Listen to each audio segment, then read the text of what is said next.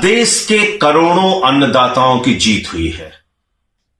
अन्नदाताओं की आंदोलन की बदौलत, लंबे संघर्ष की बदौलत, उनकी शहादत और कुर्बानी की बदौलत नरेंद्र मोदी जी की अहंकारी और तानाशाह सरकार को झुकना पड़ा और तीनों काला कानून वापस लेना पड़ा। ये तीनों काला कानून वापस क्यों लिया गया है? क्योंकि चुनाव दर चुनाव नरेंद्र मोदी जी की सरकार को सबक सिखा रहे थे किसान भाई, सबक सिखा रही थी इस देश की जनता, सबक सिखा रहे थे इस देश के अन्नदाता, और चुनाव में हार के डर से उन्होंने ये काला कानून वापस लिया है। मैं पूछना चाहता हूं नरेंद्र मोदी जी से, आप किस बात का इंतजार कर रहे थे? किसान भाइयों को आतंकवादी कहा गया, खालिस्तानी कहा गया, मवाली कहा गया, उनके सामने तार बिछाए गए और दुश्मन देश के नागरिक की तरह उनसे व्यवहार किया गया, उनको इस देश का दुश्मन बताया गया, तब आप मोदी जी खामोश थे और ये तीनों काला कानून वापस नहीं लिया गया। 750 किसानों ने अपनी शहादत दी, कुर्बानी दी, ये काला कानून वापस नहीं लिया गया।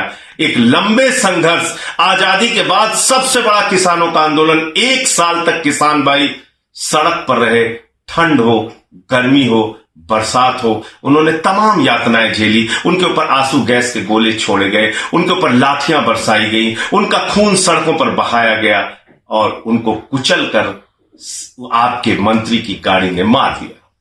तब आप खामोश रहे। आज चुनाव के डर से, चुनाव में हार के डर से आपने तीनों काला कानून वापस लिया है। नरेंद्र मोदी जी, ये देश का अन्नदाता भी समझ रहा है, देश का किसान भी समझ रहा है। सड़क से संसद तक आम आदमी पार्टी किसान भाइयों के साथ थी, है और रहेगी। जब ये काला कानून संसद में आया था, उस वक्त मुझे मार्शल से घसीटकर संसद से बाहर किया गया था, मुझे निलंबित भी किया गया था, हमारे साथी सांसद आम आदमी पार्टी के जो थे उनको भी निलंबित किया गया था, विपक्ष के सांसदों को अपमानित किया गया था, लेकिन हमारी एक ही आवाज थी, ये काला कानून वापस लो, ये काला कानून इस देश में लागू नहीं होना चाहिए। आज 1 साल के किसान आंदोलन की ये जीत है, जो ये काला कानून आपको वापस लेना पड़ा है।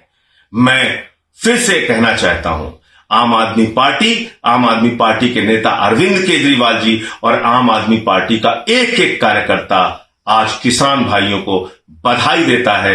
किसान आंदोलन में पहले दिन से केजरीवाल जी और पूरी पार्टी साथ थी, है और रहेगी।